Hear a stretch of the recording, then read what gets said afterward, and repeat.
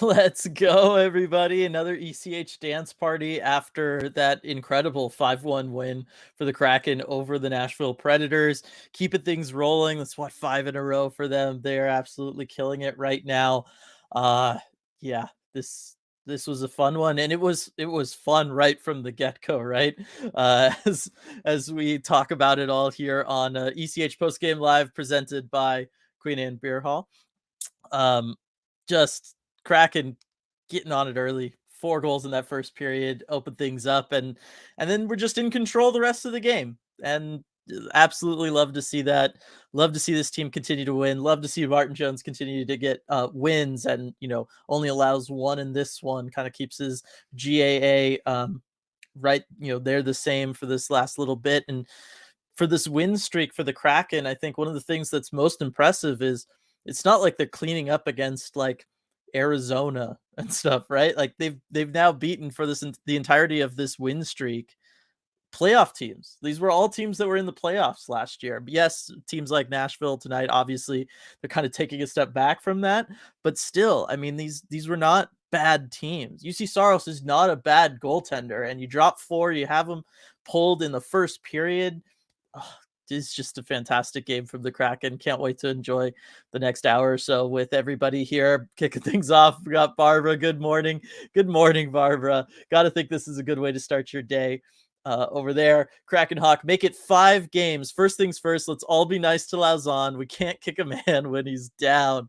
That is true. Got to see our old friends Jeremy Lauzon for this one, playing over there with Nashville.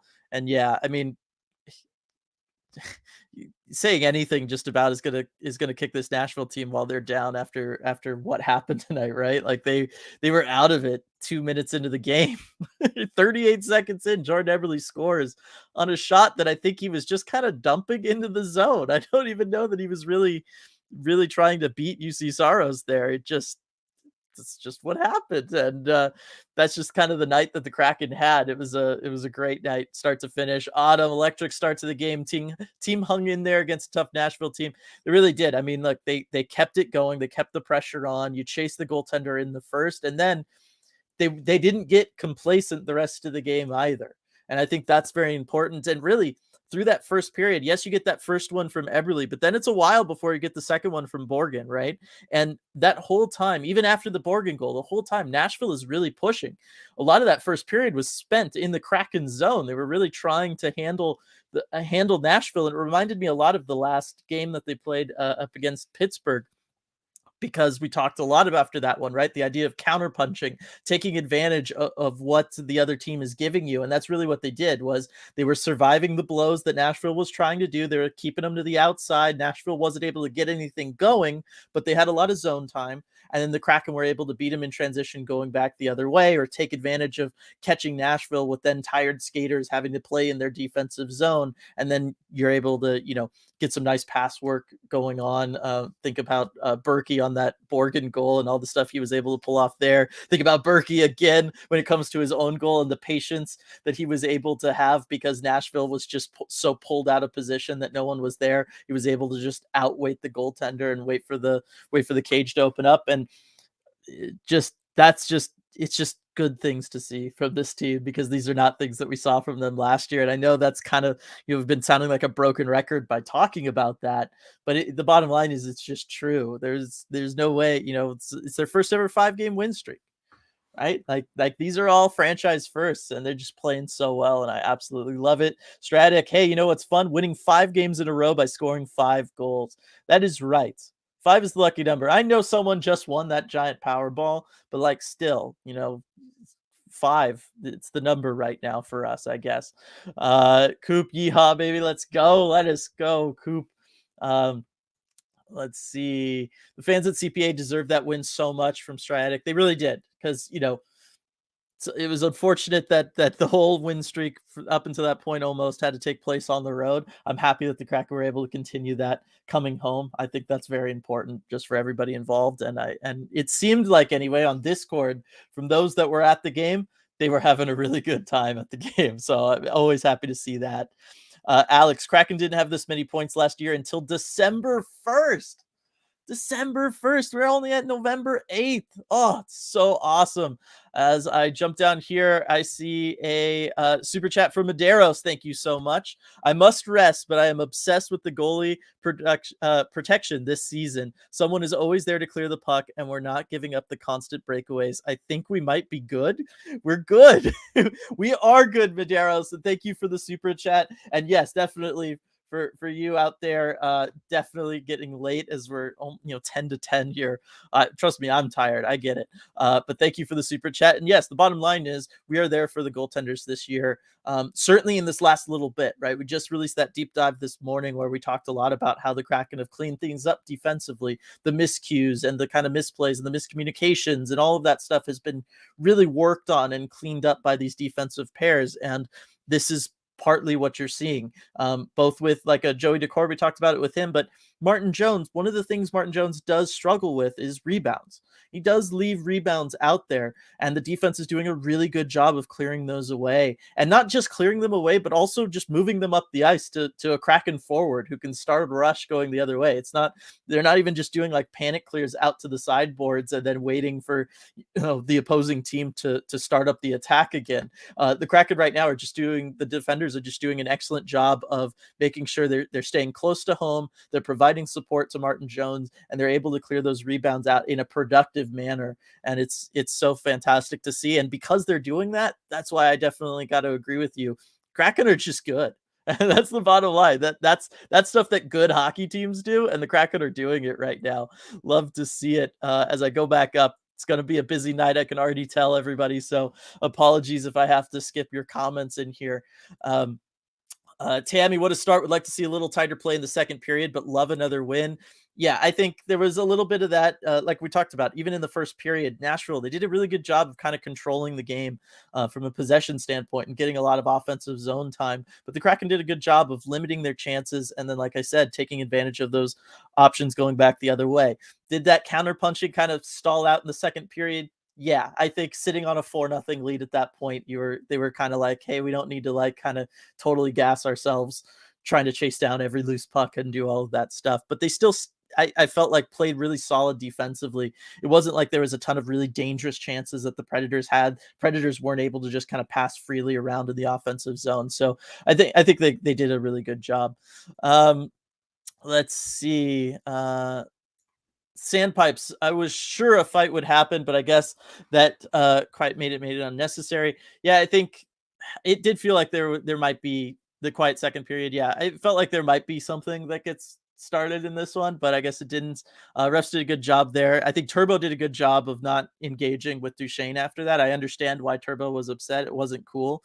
But I think he did a good job to, just let that go, get on the power play, just try to finish this game. You don't want to kind of feed into anything that Nashville wants to start in that situation when they're down so much late in the game, especially with a team like Nashville that has kind of the size and some of the personalities that they have on that team. So I think Turbo made the right call not going for the fight there with Duchesne, and I think the refs did a good job getting in the way there too. Let's see. So much happy stuff in here. I'd love to say it. Coop, I gotta say, after tonight, I do not like the Preds slew footing Maddie, launching Susie into the boards head first and banging the big rig's knee. They're on my bleep list. I totally understand where you're coming from, Coop. It's the big rig injury is definitely worrisome. Anytime you get that kind of leg on leg, knee on knee contact, that's dangerous. We've seen lots of big time injuries come from stuff like that. Generally when we see the big time injuries, see the player a little bit more hurt than the big rig was. So that's a reason that I'm a little more optimistic. I have some hope that it's hopefully not too bad. But obviously, we'll ask RJ when he joins us what Hackstall has to say about it. But my guess is, as we all know how the story goes, right? They'll do tests tomorrow and we'll know sometime in the next day or two. But hopefully everything is good. Got Absurdly Sane in here with the super chat. My turn to get treats for my favorite pupper. Here we go. Afra, are you ready? You gotta hop up on the bed. She's on her dog bed under the desk. Come hop up here so I can see you. Come on. You can do it. Okay. Oh, we'll get you up here. And right here, there you go. Enjoy that. Good girl. Good girl. Thank you, Absurdly Sane. I know Afra appreciates it. All right. Get a little dog scoy action in here. As we get the other super chat here from Brian. Great win. Donato did lots of things that didn't make the score sheet, but that kind of effort is infectious. Or my lucky ECH hoodie. Plug the merch. That's right. Plug the merch. Merch in the description below. Patreon link in the description below. All that good stuff. And of course, check out Queen Anne Beer Hall. Good place to pregame, postgame. Check out the away games. Watch them there. Absolutely fantastic. Love having dog scoy here too. Thank you, Brian, for that. Let's see as I scroll back up. Nashville with the 55% on money pucks deserved to win meter. Honestly, seems about right. They were tough, but Jones was solid. That's from Autumn. Yeah, I could see that again. As talked about already, right? Nashville had a lot of solid possession and offensive zone time in this one. They really kind of controlled that first period in a way, and certainly into the second, and then they kind of poured things on in the third when they were desperate. It's the way it goes. So yeah, I'm not entirely surprised to hear that either. But Martin Jones, just another solid game, showing no signs of slowing down whatsoever right now, and I absolutely love to see it. Let's see. Cody, boys must have been ready for Thanksgiving because they were feasting in the first. I get it. It's a good one there. Crispy boy, what a beautiful win. 5 in a row. I'll say it again. That's Kraken hockey, baby. Let's go. Let us go indeed. Is that something people say? I feel like it should be now. Let's see. Coop Tanev could not have deserved that empty netter more. What an individual effort. Yes, especially after the way Duchesne took him down and stuff. Like, it was definitely solid. Cody +9 goal differential for the Kraken. Now it's again, these are things like we knew this team was going to be better than last year, but they are so much better than last year. It is just absolutely night and day. It's so awesome. Let's see. Tied defensive performance yet again. I'm loving how they plug the slot with chaos. Forwards are back and making it very difficult for the Preds to get off a shot. Offense, well, 5 goals, most on transition. Yeah, so you and I were kind of DMing back and forth on Twitter through the first period or so, right? And we talked about that stuff. And yes, the transition has been fantastic.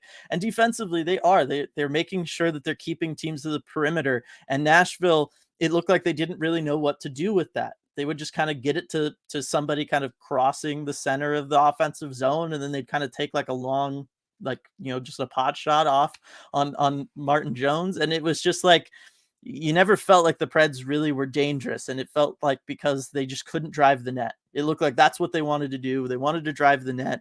The only time you get the goal is just, it's Forsberg, who's just a sniper, and that's what he does. And wasn't that on a breakaway too? And so it's, it is what it is. But for the rest of it, yeah, the Kraken defensively, they're just so solid. I know what changed. We talked about it on the deep dive, what changed from earlier in the year when they were really struggling there to now, but it's still kind of mind-blowing how fast it changed. To have changed that much in 13, 14 games, or really when all of this started a couple games back, it was really 10 games into the season. You went from looking like, you needed to do like peewee drills to get everybody's just basic skills back to, hey, we can go on a 5-game win streak, beat 5 teams that were all in the playoffs last year and make this look easy, all while having, our backup goaltender have to carry this load because our starter got injured. And oh, by the way, he's just going to have like an insane save percentage that whole time. I don't think it can be understated what the Kraken are doing here right now. And I'm happy that the national broadcasting team for TNT, right, they had to talk about that during the intermissions, that talk about the fact that the Kraken found an identity, talk about the fact that the Kraken have been way more solid defensively, talk about the fact that those offseason additions have made everything work for all 4 forward lines so that you can roll things all the way through. I was really, really happy that the Kraken were able to put on this display and pick up a 5th win in a row for that nationally televised game, because, people do see that. Even though it started at like 7:30 out here on the West Coast, people were still going to see it, especially if they were going to stay up. Well, I'll watch the first period. what a first period, right? So I'm really, really happy for that the Kraken were able to put on this performance for everybody there, and kind of reintroduce themselves in a lot of ways to people who just kind of know them of, oh, they came in last year, they're out in Seattle and they were terrible. Right. And it's like, no, we're not terrible anymore. Like, this is a really good hockey club right now. And I like that we got to see that. Let's see. Yes, Uncommon Voices Collective here. A little nonpartisan word on midterms night. Kraken game tonight was never truly too close to call. No, Kraken made sure that they were never going to be in that situation tonight, and absolutely love that. Gabe, what do you think they'll do with the D pairs if Alexiak misses time? Kale's a right shot, which I would imagine complicates things a bit. It might complicate things a little bit. This would be a good question for when RJ joins us. I'll try to remember to ask it to him, just to see if they've, how they handle things in practices and how they've been dealing with it there. But yes, obviously Kale will come in if Alexiak has to miss time, and it's a good question. I'm trying to think of. I think we saw Susie switch sides a little bit last year, but he doesn't need to for this situation because it's Alexiak. Maybe Kale just gets forced onto the offside, right? Just to kind of plug that hole. Obviously, Susie would move up to Alexiak's spot on the second pairing, and then you'd probably have Borgen and Kale Fleury, and you just kind of figure out who's more comfortable on the left. That's my initial guess, but like I said, that's a better one for when RJ joins us. CR Bud with the super chat. Clearly they listened to this post game because we all bagged on their defense before this streak. Then it got better overnight.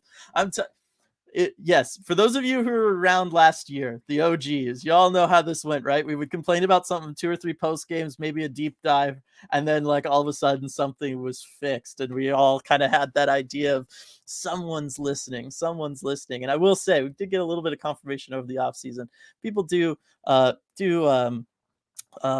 listen. I will say that. I'm just gonna say that people do listen to this stuff, and yeah, I feel like something happened in there. Although some of it was they really needed to clean some things up, and I think everybody knew that.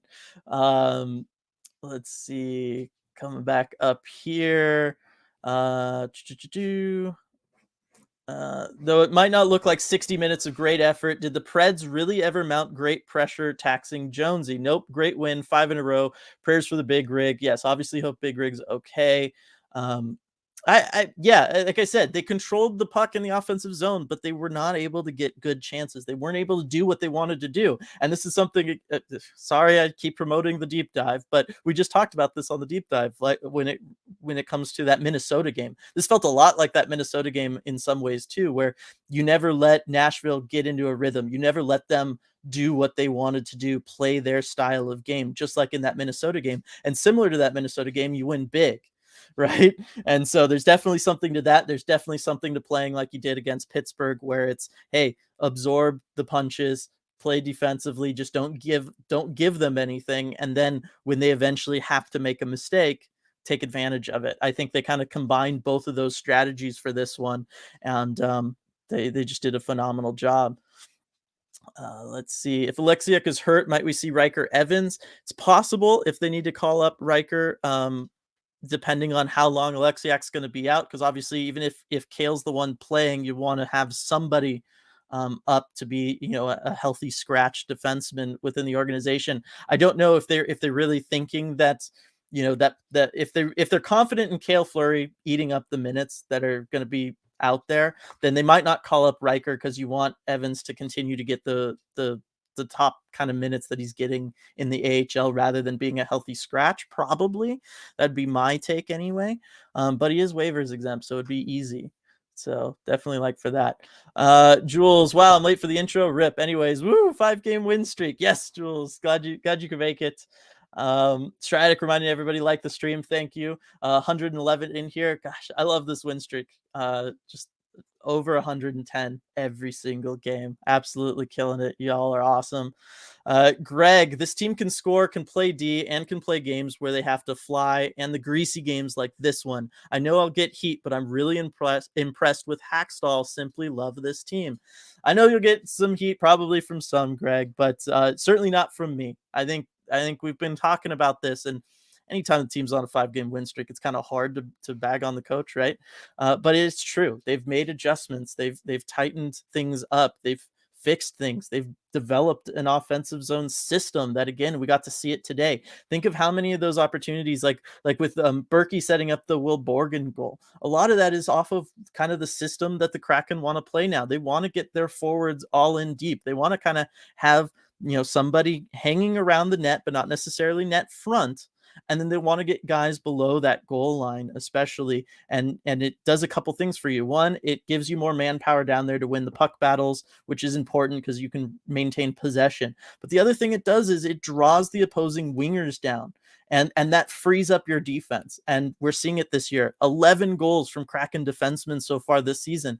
That's happening because the Kraken are playing so deep in the zone. The opposing forwards have to play deeper in their defensive zone and leave the Kraken defensemen open. And so by the time that the forwards win those puck battles below the goal line, right? I think Brandon Tanev is always the guy that comes to mind when it comes to this, because he always wins those puck battles down in the corner. He's able to send it back up to the defense, and they just have time. They can take a sec, just like with Will Borgen, right? He receives that puck from Burakovsky after he kind of dig things out, comes around, makes a nice pass over to Borgen, and Borgen's able to have time because he doesn't have a winger there harassing him. He's able to take the time, utilize the moving screen, right? Because that's a big part of that Borgen goal. Is you can tell Saros doesn't pick it up until it's already like a foot in front of him, because he was able to take advantage of a moving screen that was then developed because he had so much time. He could be patient. He could pick his spot. He could wait for the moving screen. And that all happens because the Kraken are playing and pushing so far deep into the offensive zone. And it's phenomenal to see. And that is stuff that comes from coaching. That I really don't think that's the players just deciding to do that, right? I think that's clearly what's been the game plan. And anytime you got a 5-game win streak going, you can't argue with the game plan, really. Emmy, those refs made me mad. Yeah, I think just because the Kraken got off to such a huge lead, they were kind of like stuck in this position of, you don't want to like call a bunch of penalties on the Predators and make the game truly embarrassing. And then you run the risk of the Predators getting pissed off and doing something really nasty. So I understand kind of the situation the refs were in. It was a tough situation. You give the Predators a couple power plays just to see if they can, do something with it. That's the way it is. We've talked about that on post games before, but the Kraken able to kill those off again. It's been a long time since we've allowed a power play goal.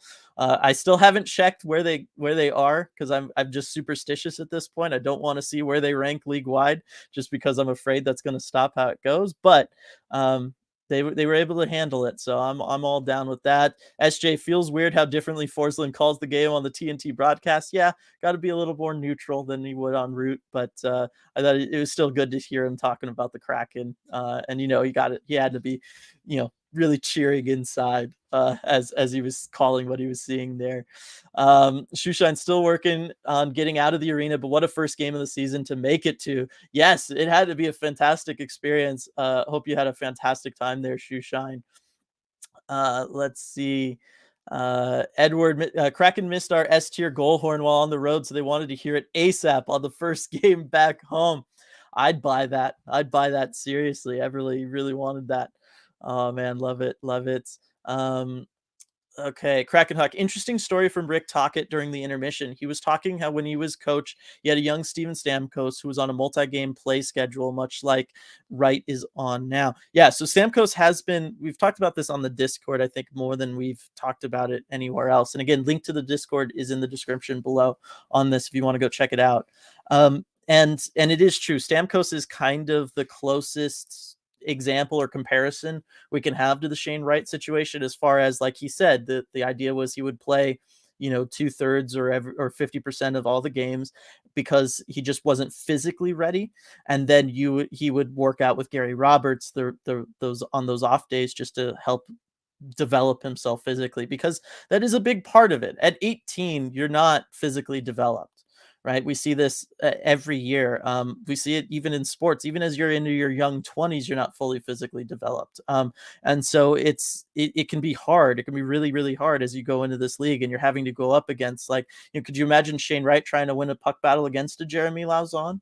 right? Lauzon's probably got 40 pounds of just muscle on him. You know what I mean? Like it's tough. It's really, really difficult to do on top of just getting used to how fast the game is, getting used to building chemistry with a whole new team around you. Cause it's not like you played with any of these guys before.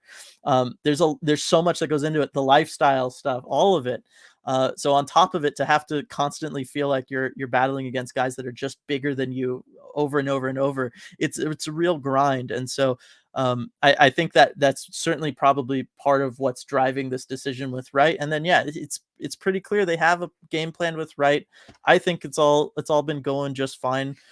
He looked really, really good in those games on the road that he got in. We talked about that on the deep dive. I know. Oh, I just know somebody's going to have a drinking game comment about how many times I've mentioned the deep dive. The bottom of this, I'm just waiting to run across it at some point. Let's see. Ayers, do you think any of the Preds still like Nirvana after tonight? The offense was great, but more impressed with our defense as well. Defense absolutely killed it, and yeah, that's a good question. I could certainly see some people not being happy with that. Joey pointing out Kraken 5th best team in the NHL with a 643 points percentage. That's so good. Let me go here and refresh the standings. Obviously going to still be in second place in the division, but the Kraken are building a nice little gap for themselves, aren't they? You get it, I guess LA must have picked up some points tonight, but the point is if you look at the wild card standings, the Kraken are building a nice little pad for themselves there a little bit. It's nice to see. Hunter, what happened to the big rig? Took a knee on knee in the corner. I forget which Nashville Predator it was. I was having a hard time determining if it was super malicious or if it was just it happened that way. But it was a knee on knee. He was able to skate off the ice during play, which is for me significant compared to how bad I've seen some of those turn out. So we'll know in the next couple days, I'm sure, what the situation is with Jamie Alexiak. Alex, somehow Seattle's playoff chances are down on Money Puck to 62%. No idea how that's the case. Maybe it had to do with just the other game going on because it involved the Kings. Maybe I guess maybe we'll check in the morning and see what happened, but I don't know. Let's see. Andy, as a former Ducks fan and their playoff history with Nashville, I understand the dislike of the Preds. Right there with you. Being in Southern California, watching a lot of Ducks games, I totally understand it as well. Let's see. Scott, first goal by Eberle was a bit of a softie by Saros, but I'll take it. Possibly deflected off that D-man. Yeah, I don't know. I still think that he might have just been like, I'm serious. It almost looked like he was just trying to clear it into the zone, but like get it on net just to, make things happen. And boy, did he make something happen. That is crazy. Apparently missed a cross check to Doughty in the face from Kaprizov. What? Am I reading this right, Ty? That is interesting. I'll have to check that out after. Let's see. Krakenok, we're lucky to have JT and John as our broadcast duo. John seemed much more stiff tonight, not his usual loose self, slinging jokes at himself like he is during the Root broadcast. I agree. Got to button it up for the national broadcasts and everything, but that's the way it goes. Let's see. George Forsland on the TNT broadcast. Kraken are on a 5-game heater, and God of War releases tonight. Life is good. Yes, it is, George. All very good things there. Jules just got tickets for the Kings Kraken Crypto Arena and Climate Pledge Arena. Can't wait to go back to Seattle. That's going to be fun, kind of like back-to-back games situation there. Hope you enjoy those. Lindsay, I need the chat to know that I will be in the building at CPA on Friday for the Minnesota game. My record in the building is 6-1, so make of that what you will. Lindsay, putting it out there. I think with the way this team's playing and with you in the building, should be a good game. And yeah, potentially Kaprizov gets suspended now. That would certainly not hurt things, especially because Minnesota's already kind of playing down. All right, RJ is ready to join. So let's see if there's any news about Jamie Alexiak and just his thoughts on everything. I'm sure he can give us some more insight of how electric it was to be in that building. So let me go ahead and add him.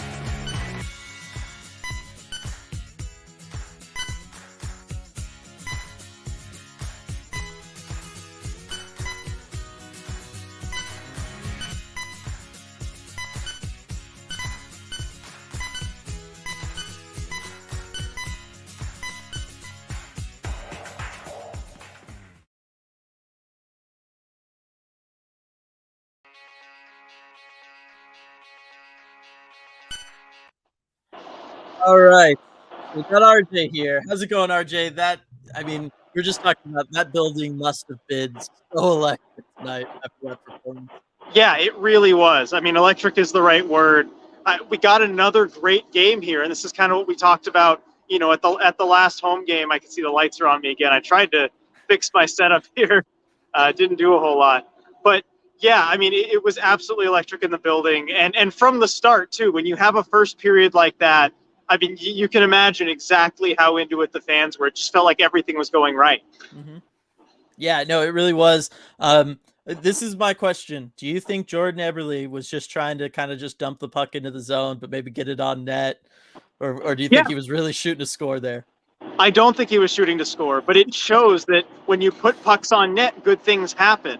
And I remember reading kind of before the game that UC Saros had not been as good as usual coming into this game. He hadn't been. And he certainly had an off night tonight, and that was a huge factor for the Kraken. Saros just clearly wasn't himself, and you could see it from that very first shot. Yeah, it was definitely a rough night for UC Saros and all UC Saros fantasy owners, as we've also Could been you, talking Dylan, about could you here. tell from the video, because I didn't have the benefit of the TV replays, was that shot tipped? Because I don't think it was. I don't think it was either. And nobody's kind of been like, based on anything I've read here or anywhere else, I don't think anybody Yeah, has Jordan was anything asked about it. He definitive said he about said it. he wasn't sure. Yeah. Alexiak. So obviously kind of knee on knee situation, assuming, not really going to have an update for us tonight, but got to ask. Yeah, no update tonight. Allison asked, Haxtell gave the answer. We all kind of knew he was going to give. Nothing on that yet. He said we should have something tomorrow, as is usual there. So yeah, we'll keep our fingers crossed for some good news tomorrow. Exactly. And then just overall, like, your thoughts on how this game went, because it's the first ever 5-game win streak for the Seattle Kraken. Martin Jones had another solid game. I see a comment in here from Gary. The Post was saving goals all night too. It definitely got to work out. The Post definitely got to work out in this one as well. But the Kraken, they kind of did a good job of mixing strategies from their past couple wins, right? Just like in the Minnesota game, never let the Predators kind of establish and play their game, do what they wanted to do, kept them to the perimeter. Nashville doesn't really play well to the perimeter, but at the same time, Nashville had a lot of offensive zone time through that first and second period, and the Kraken did a good job of just kind of counterpunching. Right, they did, and that's one thing that I kind of noticed in the second half of that game. Was obviously you have the first period where just every shot you take is going in, it feels like. But the way that they responded to that and they played afterward, I think, is kind of the real story of this game. In the second period, I think at the beginning of the period, they were a little bit sloppy. They let the Predators put a push on. But the two things that I wanted to highlight, and they're the two things that actually Dave Haxtell talked about. One, I think, defending. And the Kraken, one thing I noticed is they made some mistakes. They would turn the puck over in the defensive zone, I think, too much, even in the first period, too. But one thing that always helped them and saved them, Haxtell said, is despite that, we did a good job getting back and defending that middle of the net area, that slot area, and everyone kind of crashed back into the middle and made sure that no pucks really went into those high danger areas. And that's something I noticed a lot during the game is the Kraken might make a careless turnover, or they might not be so careful with the puck at the far blue line. But when that happened and the Predators got the puck, everybody rushed back to the middle to guard against those high danger scoring areas. And it worked. You'd have the Predators try to force passes into there, and they weren't able to connect. So that's something that Haxtell highlighted. And the other thing, I guess, mostly from the first period, is the forechecking. Because a couple of those goals were off of some really bad turnovers by Preds defensemen, but they were forced by the Kraken forecheck. I'm talking the Burakovsky goal and the second Eberle goal. The second Eberle goal, oh my gosh, I'm sure you've probably talked about this already, but Ryan Donato forechecking on that. He was all over McDonough. I mean, it was just great to see. Yeah, I was gonna say that's kind of the one goal we didn't spend a ton of time on, just because we spent a lot of time on the other ones. But yes, that one was my favorite. It was good. I mean, they were all fantastic. I still really like that Will Borgen goal, and the effort from Burakovsky through a lot of that too to make that one happen was really special. Got a super chat here from Duthin. What an upgrade Borgen is over Lauzon. Yeah, no, I mean that was the other fun part. I'm sure we've had some Jeremy Lauzon mentions in here. Yeah, being a -3 through the first period. I just kind of tweeted that out for fun because I figured people might like to see that. But yeah, he was as advertised. Yeah. Let's see. Lindsay Muckleshoot getting totally ripped off with only one power play tonight, though. Yeah, we talked about the refs. I said refs kind of in a tough situation when one team jumps out to a 4-0 lead like that. Yeah, and that the score, it's going to dictate the calls as much as you like it or don't like it. And in general, if they're going to put the whistles away like they did in the third period, I think that benefits whichever team is leading. So I think if you're the Kraken, you want as much of that game played 5-on-5 as possible once you take that lead. Yeah, exactly. Got Gary here. If the Kraken expect to get to the playoffs and compete, they have some things they need to continue to improve on. Faceoffs and goals against are still a struggle, sitting mid-league in goals against. I'll just the goals against thing first. I feel like some of that's still left over from earlier on, right? Those the like, you know, what is it? Were they both 5-1 games against Vegas and the Hurricanes? Yeah. I think that's partly what contributes to that, because I really think that they've cleaned that up here as of late. Yeah, I mean, they've allowed 4 goals in their last 4 games. I think I remember someone in the media asking Hackstall about. Yeah. I mean, that's pretty darn good. I think you take this version of the Kraken and they're doing fine there. Yeah, faceoffs though, 41% tonight. It feels like we're hearing that every night, but again, it feels like it doesn't matter. It really doesn't feel like it mattered. Brian here, congrats to ECH for getting their tweet on TNT's national broadcast, drawing attention to Bowie Chirpin Biz. Yeah, that was pretty cool. I was gonna say, how'd that go for you? Because obviously we all get to see it at home and everything, but like it's got to be weird for you as you're just kind of seeing that on Twitter and Discord. I know, it was kind of odd. I wasn't really expecting it to make the broadcast. I always look at those like there's usually like the birthday announcements and things like that up on the Twins, and I'm like, wait a second.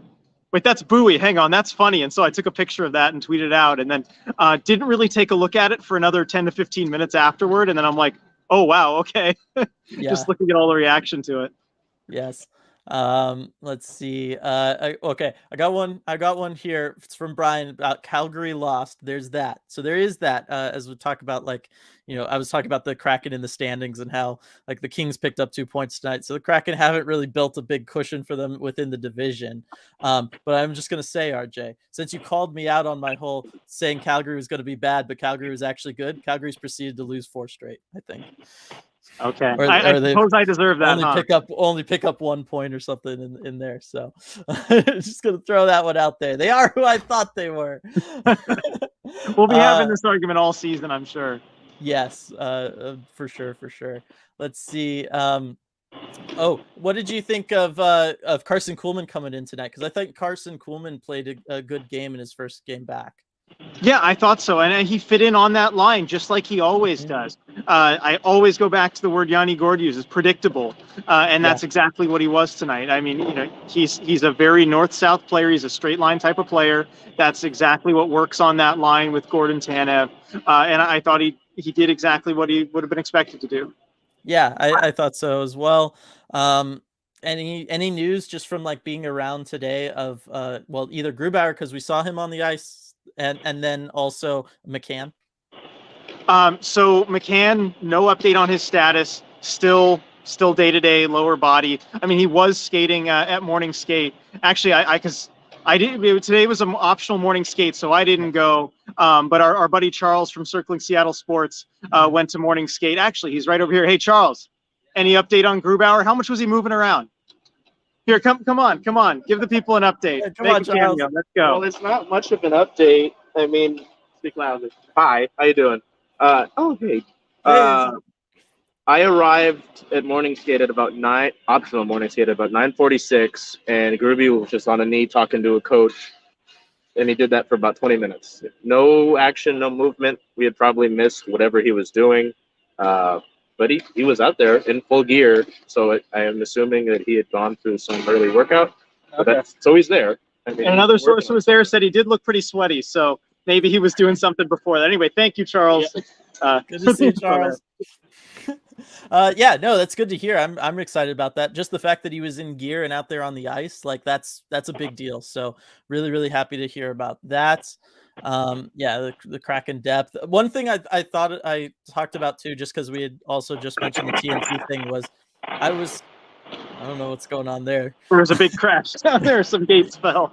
Yeah, something happened. I was just so happy that the Kraken had this performance for a nationally televised game and could kind of reintroduce themselves to a national audience, even though it was super late. Just to the fact that, hey, this is not last year's Seattle Kraken. Right, and kind of going over social media the last few days, you can see the Kraken start to earn some more respect league-wide, but I think this one, for anybody watching, really would have hammered the point home that the Kraken have arrived, and I think, especially with all the, the funny business too with Bissonnette and Bowie and all that stuff, I think it's just going to make its rounds around the internet. People are going to look at the score, look at how the Kraken are doing, and I'm excited for that. Yeah, for sure. Jake, I'm counting this win as my birthday present. Happy birthday, Jake.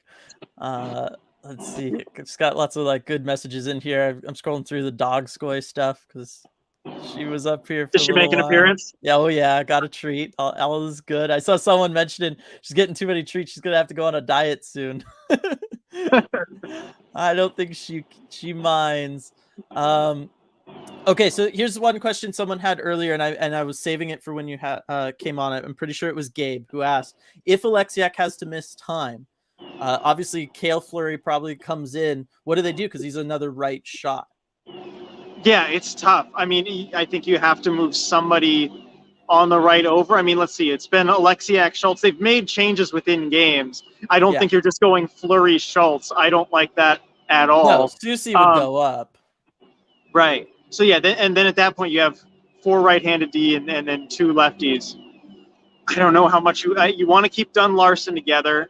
Yeah, you might have to break up Susie Borgen. I don't know what you do. Yeah, well, I was thinking Susie probably goes up to play with Schultz, and then you have Cale Fleury and Borgen, and you probably just ask whoever's more comfortable on the left, right? Like, yeah, I guess that might be how you do it. And then the other question becomes, do you call up a Riker Evans to kind of be your healthy scratch? I still think you don't want to mess with everything with him in the AHL. Yeah, I think his development is more important than this momentary need. Yep. All right, I got SJ here with studs and duds. Studs, Burakovsky, Jones, Borgen, duds, none. Those are good studs. It's hard to argue with those.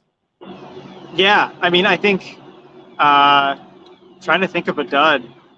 There's certainly no duds, which is nice. Yeah. Yeah, no, those are some good studs. It was Burakovsky, Jones, and Borgen. Yeah. I mean, Eberle? Eberle, I mean, when you throw pucks on net, and I mean, credit to Eberle also finding that shooting lane on his second goal off the turnover and beating Saros clean. Like, yeah, it wasn't Saros' night, but that's still a nice shot. And he had another good chance of going against that hit the post in between his 2 goals too. So he generated a lot. Almost had an empty net bid. I was looking for that empty net goal for the hat trick. That would have been pretty cool. But that's the dud. No Eberle hat trick. That is a very good dud. What's interesting is both Eberle goals are perfect examples of when a team is feeling very confident what that looks like, right? On the first one, when you're just hot and you're feeling it, you just throw a puck on net and the goaltender just for whatever reason can't stop it. And that's how you get that first goal. And then that second one is just when you're in the zone, the game is just slow for you. You're thinking twice as fast as everyone around you, and that's how you kind of get that second goal. So it was kind of interesting. Jordan Eberle kind of encapsulated how the Kraken are feeling right now while they're on this win streak, and just everything is rolling right for them in all of those different ways. It feels that way. It feels like almost the exact opposite of last season for the Kraken too, where we've seen the Kraken lose games like this, where it feels like your goalie almost loses you the game before it starts. But then you throw on some bad turnovers in your own zone that just exacerbate the problem. And before you know it, you're down big. It's really nice to be on the right side of these. Yeah, for sure. Go check yourself. Hey, fellas, call out some power ranking haters. We got to get up there now. Yes, I haven't taken a look at any power rankings recently. I could certainly see how teams or how people watching could be like, oh, they're over on the West Coast. They're probably not staying up to watch all these Kraken games. And then also, there's still just that bias from last year and them being the new kids on the block that were terrible. So, you know what I mean? Like, people wanted that to kind of happen. But yeah, I mean, anytime you get a 5-game win streak, and as I was saying, RJ, all 5 wins against teams that were in the playoffs last year. Like, we're not beating up on the Coyotes all over the place or something. Yeah, that's been huge. And I think, again, the recognition will come. We're seeing it start to come. And again, whenever the next iteration of everyone's power rankings comes out, the Kraken will just continue to rise and rise higher. I was going to say, wait for it now, because now we've been on national television for a nationally televised TNT game, and they just competed a road swing that took them through a Canadian market, Minnesota, and Pittsburgh. That's what'll do it. For sure. Everybody's saying hi. Yes, that was Charles from Circling Seattle Sports, to those who didn't know. And we got Andy asking for if there's any update on Donskoy. No update on Donskoy. I think I'd be surprised to see him back anytime soon, because he hasn't been on the ice at all either. I haven't heard anything from the team, and I think we've, at least until we see him on the ice, have kind of given up asking. Yeah. Okay, SJ, Dmitry Filipovich and Cam Karan did a Kraken deep dive on the PDO cast yesterday, and it was really good. Highly recommend you check it out. Did you have a chance to listen to that one? Yes, I actually listened to that one today before this game, so I did think that was very good. Their takeaways kind of seem to match, what we've been seeing and everything, which again shows they've been watching and like paying attention even to the little details of everything, and of course just the Matty Beniers praise. You can never get enough of that, so that was pretty fun. Yeah, I do feel like him being so solid when it comes to those possession metrics and all that other stuff, I think that's going to help his Calder campaign this year, as the points have kind of cooled off for him a little bit. And we'll lend them the deep dive name for a podcast, right? Since they're just going to go on there and talk about how great the Kraken are and how amazing Matty Beniers is, I suppose we could let that one slide. Yeah, we'll let that one go. Brian, a cool play by Dunn with 17 minutes to go in the second. Instead of chasing the Predator with the puck behind the goal, he stopped, popped out front, and denied the feed to the slot. I know exactly the play that you're talking about, Brian, and yes, that was a huge play, and that's the stuff that we were talking about as far as the Kraken tightening things up defensively, working on those plays. Like, that is something that you learn kind of coming up through the ranks of, hey, in those situations, do this instead, and you really deny the chance rather than kind of always playing catch up or being reactionary. You can be proactive on defense, and that's what good teams do, and that's what good defenders do. And it's really nice to see Dunn. He has completely turned it around since that nightmare performance earlier in the season. I was going to say, Vince Dunn, more than almost anyone else, has really improved his game in this time where the Kraken have gone from still mistake prone to really on their game. He's been a huge part of that. Yes. So then we got Striatic here with Locked On Kraken Podcast, also here in chat. But Striatic, Locked On Kraken Podcast was reporting earlier that according to Chris Drieger's mom, Chris is out doing some skating as part of his rehab now. Okay. Now, I do think that's a very good source. I certainly believe that. It's good news. And I mentioned on the podcast that I would be very surprised if Drieger, didn't come back at all this season based on kind of what I was hearing. And that's part of it. I had been hearing things a little bit that would hint that he was going to start skating very soon. And that was from about a couple weeks ago. So I didn't want to say too much because I didn't want to have the timeline wrong. But yeah, that aligns with what I've been hearing. So that's good news. And I think, maybe he might be ahead of that timeline. Right. And good to have you in here, Locked On Kraken. And then from the Sandpipes, at this rate, how many wins before Tightwad Terrace starts getting packed with people? So this is something I have been curious about this season, RJ. What's been the situation out there? Right. So I look out there, I check every now and again. This game, for large stretches of it, I saw 3 to 4 people up there, because they had the lights that go down. You can't see everyone when it's this dark, especially if they're further back. Yeah. But I did see 3 people for most of the game, sometimes 4. So yeah, there are some people collecting on Tightwad Terrace. And yeah, I mean, if this keeps going, I want to know what it's going to look like for a playoff game. One day when that happens, I mean, it's got to be packed, right?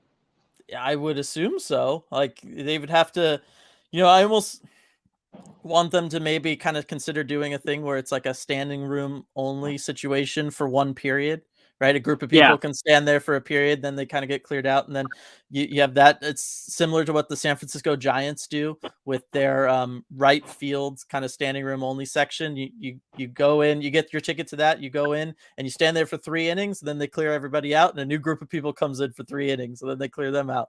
I could see in a situation like that them doing something similar with Tightwad Terrace.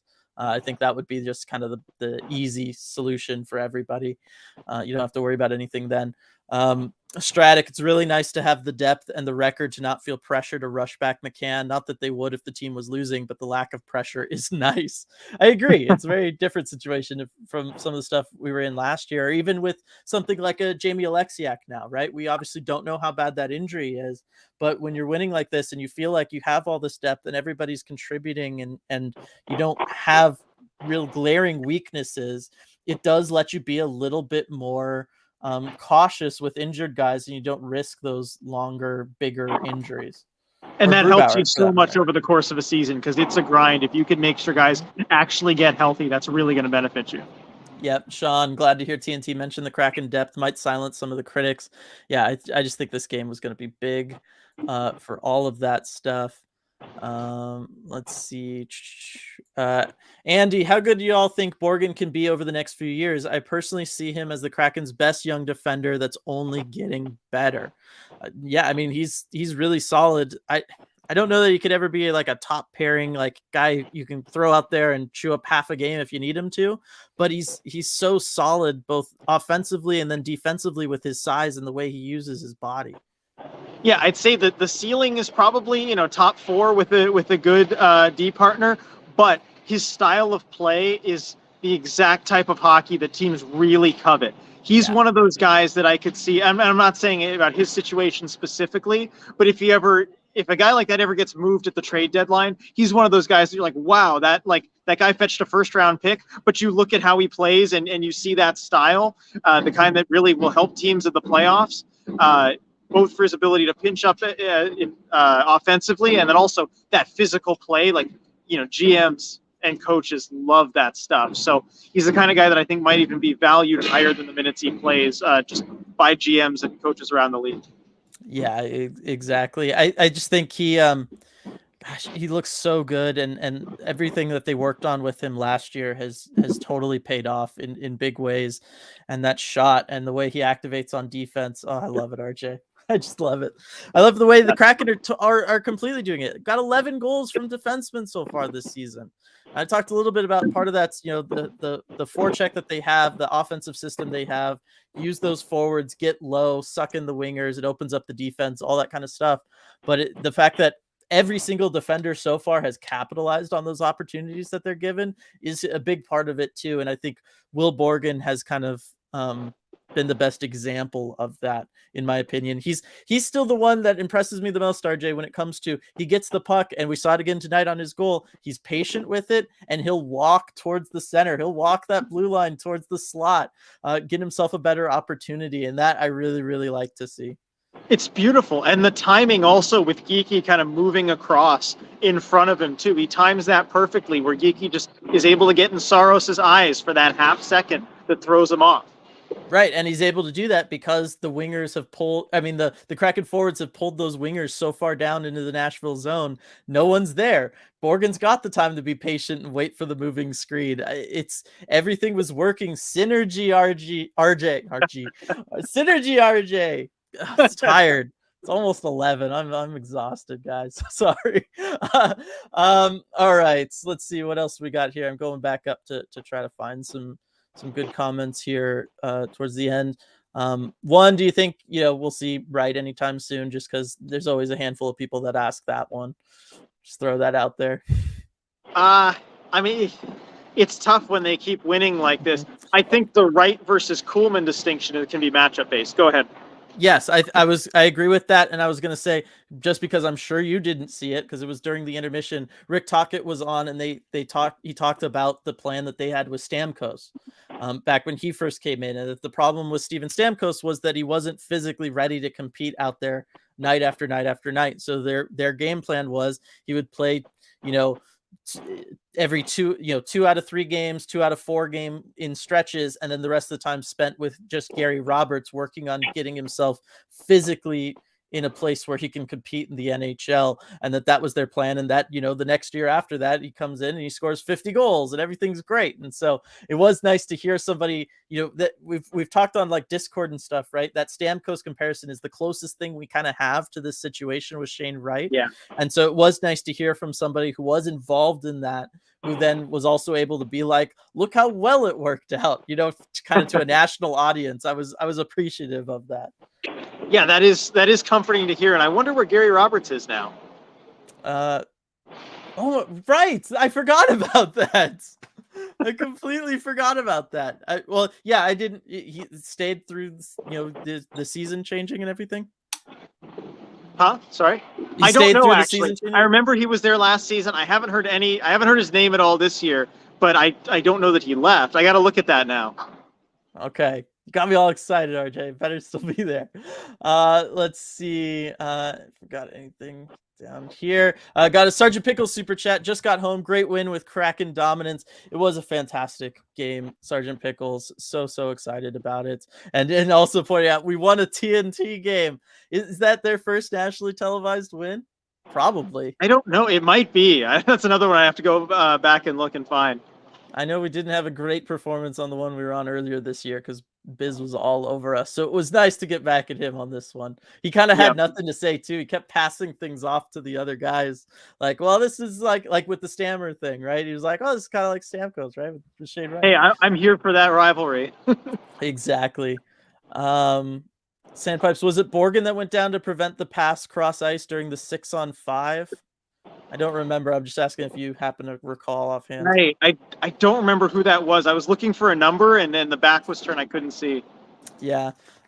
Tammy, love watching all the little thing Berkey does. So happy to see him get a goal.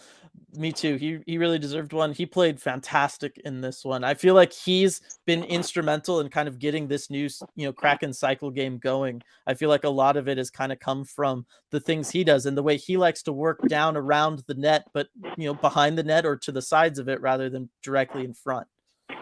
Yeah, he's exactly what the Kraken needed. His patience with the puck and vision to see some of those passes that he was finding. Like especially after that 2-on-1 with him and Geeky. One, he finds Geeky on the pass across. That's a great chance. And then he collects that puck and has the presence of mind to go find Borgen there on his backhand. That's not an easy pass to make, from the physical or mental side of it. The awareness there to find him. Burakovsky, he's just been a joy to watch.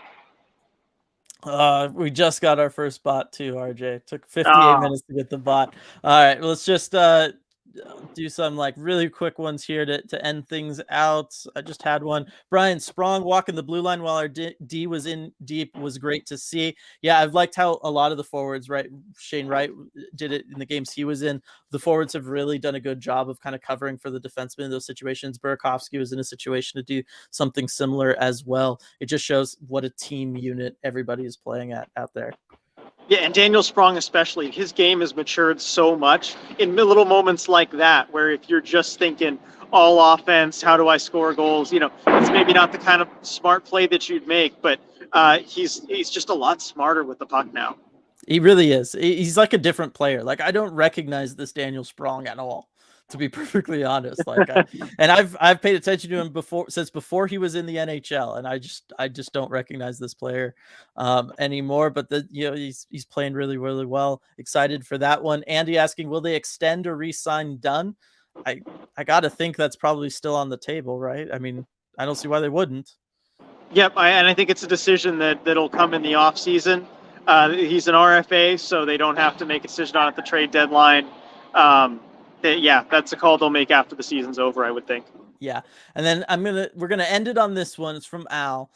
Oh my, a new power has emerged in the West. I look forward to doing battle with your oversized squid. My Oilers will squish your fish. Let the madness begin. So everybody, let Al know that we're for real here. As I was looking up on the schedule, the next time we play the Oilers, December 30th. So we got to wait a little while. But that would put the Kraken on, assuming they win every game till we get there, because they look like they will. Be like a 21 game win streak, I think. So that's pretty solid. Yeah, will they be feeling so strong then? Yeah. But yeah. Did the Oilers finish that one out? Did they beat the Lightning tonight? Let me see. Sorry, where am I going here? As I got 2 super chats here as well that will actually end on. Just came through at the ends. Of course, it's late. Yes, the Oilers did finish off the Lightning 3-2. Yeah, from what I saw, impressive effort from the Oilers there too. So I mean, they're what we picked. I think we both picked them to win the Pacific Division. So it's going to be a good battle between those two teams. I know, but the whole point was to end it on no, we're for real and we can beat the Oilers, all that stuff. Hey, if the Kraken could beat the Oilers in that great 4-3 effort last season, imagine what they're going to do this season. That is very, very true. All right, these last 2 super chats, these will do it for us. First one from Sergeant Pickles on review: studs, Eberle, Borgen, Jones, duds. Forsberg snipes, no shutout, just short of a Hattie. So happy I decided to take my son to this one. Super happy that you took your son to this one, Sergeant Pickles. I hope he had a fantastic time. I got to think the arena being like lit up like that, if it didn't overwhelm him, I got to think it was pretty cool. Yeah, no, this is, I'm sure, an awesome game to share with your son. I mean, that's what it's all about. Yeah. And then Edward here teasing me a little bit. Hey guys, have you checked out the Deep Dive Emerald City Hockey's Seattle Kraken podcast? I was joking that it was going to turn into a drinking game with how often I was bringing up. We talked this morning on the Deep Dive about whatever. So I mean, well played, Edward. Well played. Yeah, very good. Continue to give Dylan a hard time about that stuff. I do enjoy it. Yes. All right. That was awesome, everybody. Another win, 5 in a row. Things are incredible, and we're getting to do it now on home ice. RJ, it's awesome. Yep, it's great. Enjoy it, everybody. I mean, I feel like no one else is like around me, but like this. Sorry, Charles. Sorry, one other person is around me, but it feels like the energy still hasn't left this building, and I'm just so excited to come back in a few days and do it again. Yeah, and so next game, I'm just confirming it's on. Yeah, so it's Friday, Minnesota, and we're gonna see RJ Krokaprizov got a major penalty, like a game. Yep, I saw that, the cross check on Doughty's chin. Yeah, I still gotta go. Yeah, we'll keep an eye on that one. Yeah, because that'll be interesting for this. So see you all on Friday, everybody. And if you haven't, check out that deep dive from this morning. It's a really good one. We talk about lots of good stuff, and we'll see you all next time.